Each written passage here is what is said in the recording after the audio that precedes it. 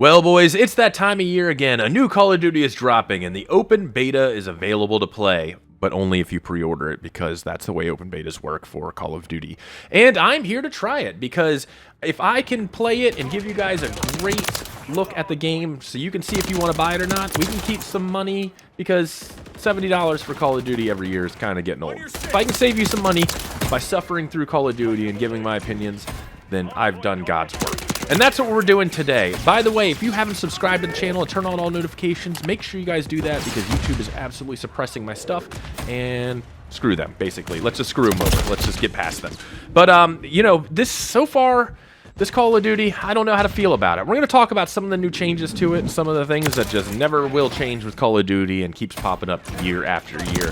But before we get started, let's thank today's video sponsor, BattleCat Company. Looking for a 2A and veteran-friendly apparel company with awesome t-shirts, patches, and hats and stickers? Then look no further than BattleCat. They have an amazing assortment of awesome apparel, which you'll definitely find something that you like. Make sure you guys check them down in the description below. Click the link and use code 1776 when you check out. So, Modern Warfare 3. It's basically graphically Modern Warfare 2. The UI is a little different, not much. Gameplay-wise, kind of the same-ish. And I'm saying ish with kind of a weirdness to it, because I'm not really sure how I feel. I have some very strong feelings about Call of Duty multiplayer. I mainly play Call of Duty for the campaign and the story, and this campaign, being able to do missions however you want to approach, seems kind of cool, and I'm super down for it. I've always been a huge the campaign Modern Warfare fan forever, but multiplayer slowly died out for me. Year after year, it just gets worse, where I play it for a few months and I swear it off, and then the next one comes around and I say, hey, I might as well play it so I can save others from playing it. And here we are again.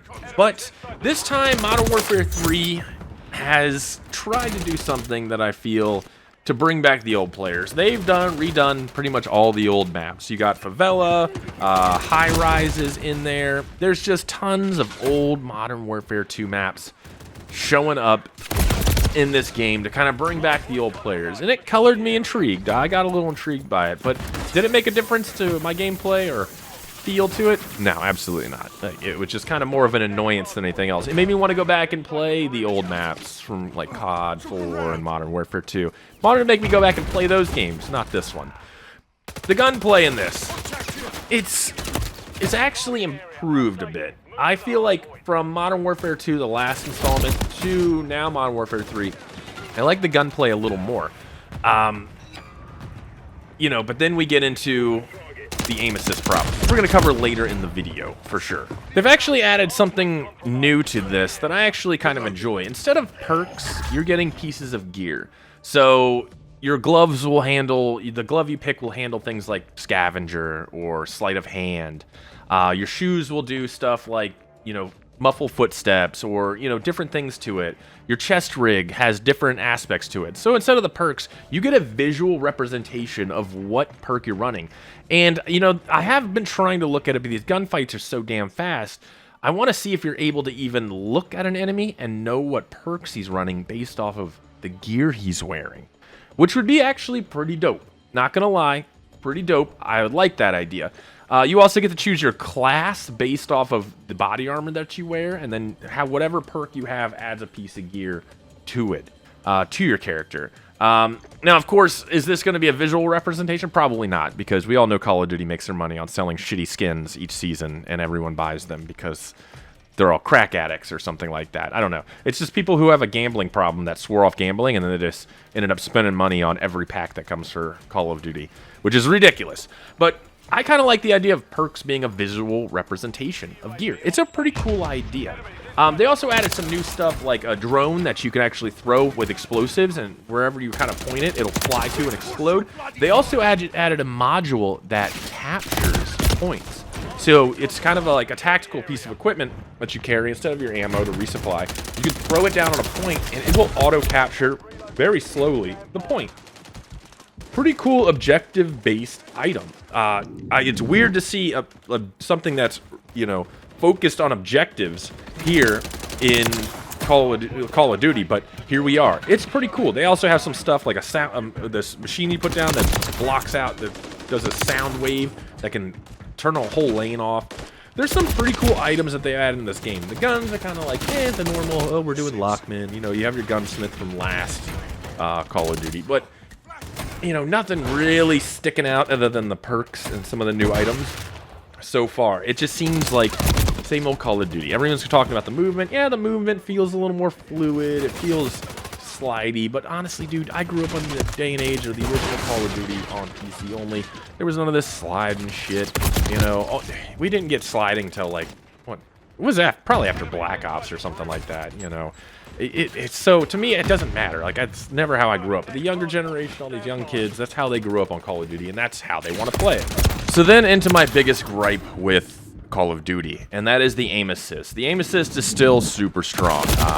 Matches are just constantly filled with PC players with controllers, because that's how you have to play Call of Duty now, with a controller, because aim assist is basically an aimbot. And you'll see it, I'll even put some footage up in clips here and there, that it's so strong, it just locks onto people on the kill cams, and then when the person dies, the aim just goes everywhere, because that's the person's actual aim. But the game is compensating so hard, they make everybody just rock solid shooters. Now, I'm not a pro in any means. I can hold my own with a mouse and keyboard, but I can't compete against these aimbots. These aimbots are insane, and even the new Battlefield 2042 aimbot that they put out with this new update is wildly insane. And this is kind of the era that it's at.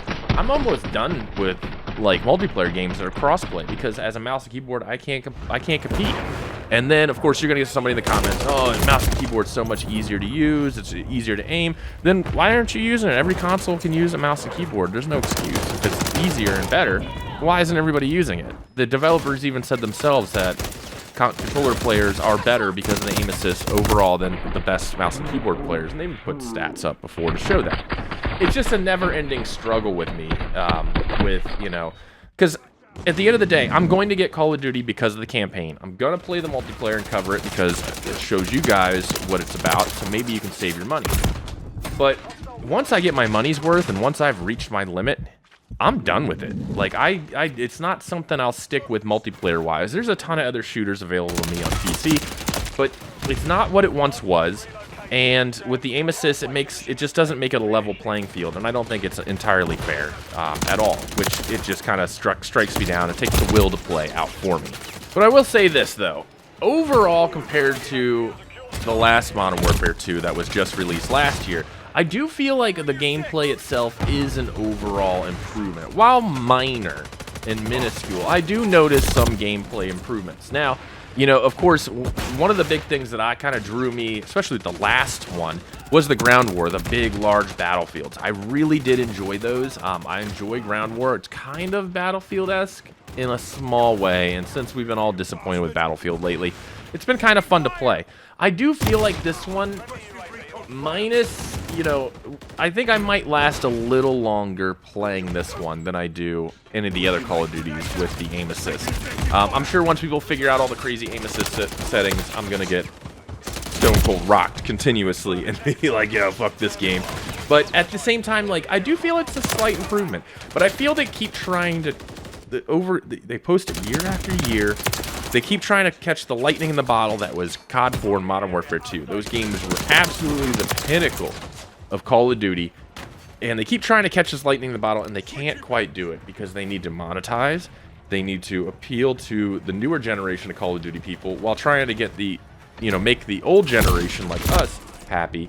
And it's just, I feel like year after year, they just keep pushing out the same thing almost. There's nothing really crazy about this one. There's a few new tweaks that are okay that some people asked for that I feel like are alright. Some of the stuff with the perks and the new gear are pretty cool, and, you know, I'm alright. But at the same time, it's still just Call of Duty. It's just the same thing every year, man. And you know, it's just a money cow at this point. It's just, you know, they do it every year because they know they're going to make money, and, you know, they just replicate it over and over and over again. And I think eventually people are going to get tired of it.